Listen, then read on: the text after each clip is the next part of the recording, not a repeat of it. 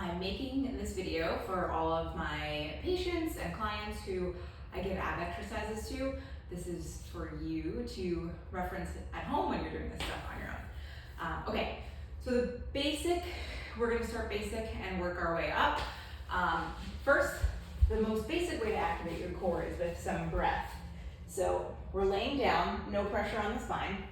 I'm moving my arms so you can see. This would be an anterior pelvis with an arched back. This would be a posterior pelvis where I'm really pushed down. We want to be somewhere in the middle. For most people, because we have a natural curve in our low back, you're going to do a little bit of what's called the pelvic tilt. So a little bit of flattening that back into the ground. Not a ton where you're going in the opposite direction, but a little bit of a tilt. Along with this, you should be activating your core. How do you do that? You're gonna place your hands, you have your hip bones, you find those, you're gonna place your hands a little bit higher and to the inside of those. If you dig your fingers in a little bit, you should be able to feel those muscles tighten up when you activate your core. So it's not a pushing out, and it's not a passive sucking in, like if you were to suck in to hide your belly while you're taking a photo with your friends. It's an active pull in.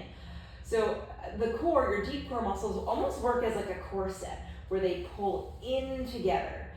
I like to cue, yes, that corset movement where everything's pulling in, and your belly button is coming down towards your spine and slightly upward.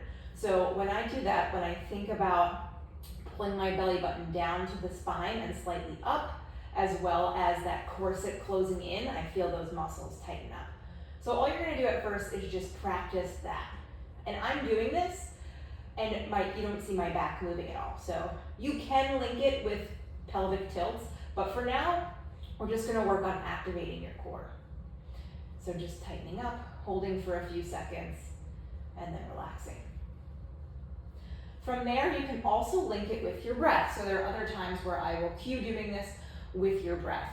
I must say before I move on with this, if you feel like you get lightheaded from controlled breathing, just be forewarned that might happen. So when you inhale, your belly fills up with air. All of your muscles in your abdomen relax to allow that expansion. And then when you exhale, the belly deflates. At the end of that exhale is when you can add a little extra activation and activate those core muscles to get that last bit of air out. So what does that look like? Inhale, expand. Exhale, everything's deflating. Keep going, and then that last bit of air comes out and everything tightens up. Inhale, expand.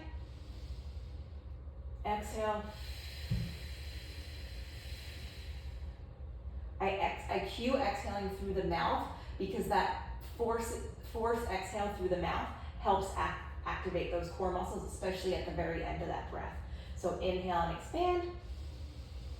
Exhale, blowing out of the mouth and contracting.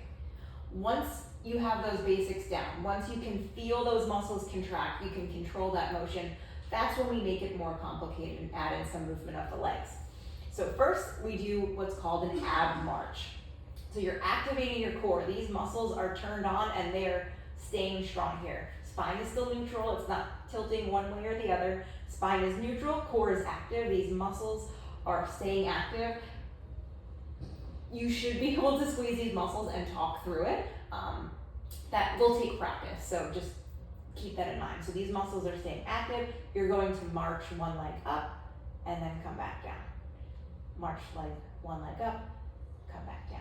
And you're gonna do this for maybe 20 reps. This would be 1 rep, 2 rep, 3 rep, 10 to 20 reps. As I do this, my spine's not moving, my hips aren't moving side to side, my back isn't arching. This would be level 1, a level 1 march.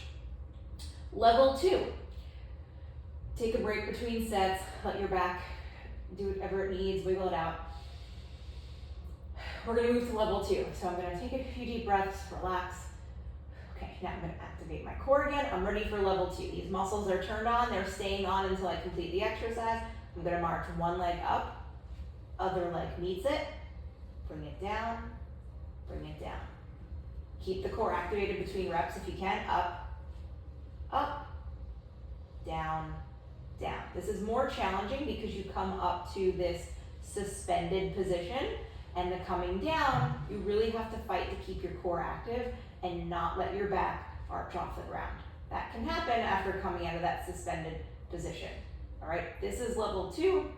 What we're avoiding is this, okay? So core stays active as I lower down. Then you want to take a break, let yourself rock it out, take a few deep breaths, do what you got to do. The next level, we're just going to progress from there. So again, start with a nice set core. Again, what counts as a rep? We can go 1, 2, maybe doing sets of 10 there, okay? Side note, I like to do everything symmetrical. I tend to always start with my right side, so maybe I'll do a set right, left, and then the next set I'll do left, right. That's just me. Okay, the next set, again, setting your core. That is always what you do to start. You're gonna bring your legs up here, and then we're gonna just march and tap down. So again, core stays active the whole time. Tap down, come up. Tap down, come up. As I do this, core is staying tight, back is not arching off the ground, coming back up. This is harder because we're starting from a suspended position, and our back might be tempted to arch as we reach down. We're fighting that by keeping this core, keeping our spine neutral as we march. Again, each tap can be 1 rep, 1, 2, 20 to 30 reps. Really, I might tell you how many reps to do. I want you to feel tired. I want you to feel like your brain is working to control those muscles. So whatever that is, if it's 10 reps, 20 reps, that's your set. Take a break, repeat that for 2 or 3 sets. Our progression from here would be a longer lever. So we practice tapping here. The longer we reach out, the harder it is going to be to control your abs, okay? So I can make it harder by reaching further away. And as you might see, this is slowly progressing to that dead bug, which if you're following along, it's technically a more advanced ab exercise because it really takes a lot of core strength to control this really long lever of your body while maintaining a neutral spine. Okay, I'm super active here. I have a strong core, but if I'm really focusing on staying active here, and that's my focus, keeping a neutral spine, this is not easy to do. It's still a really good core exercise for me. So again, as you reach, if you're not staying tight in your core, your back's gonna arch, and that's not as productive. In fact, I don't think it's productive at all unless your core is active, spine is neutral as you reach. So this would be a more advanced version of what we just practiced. And I hope that was helpful.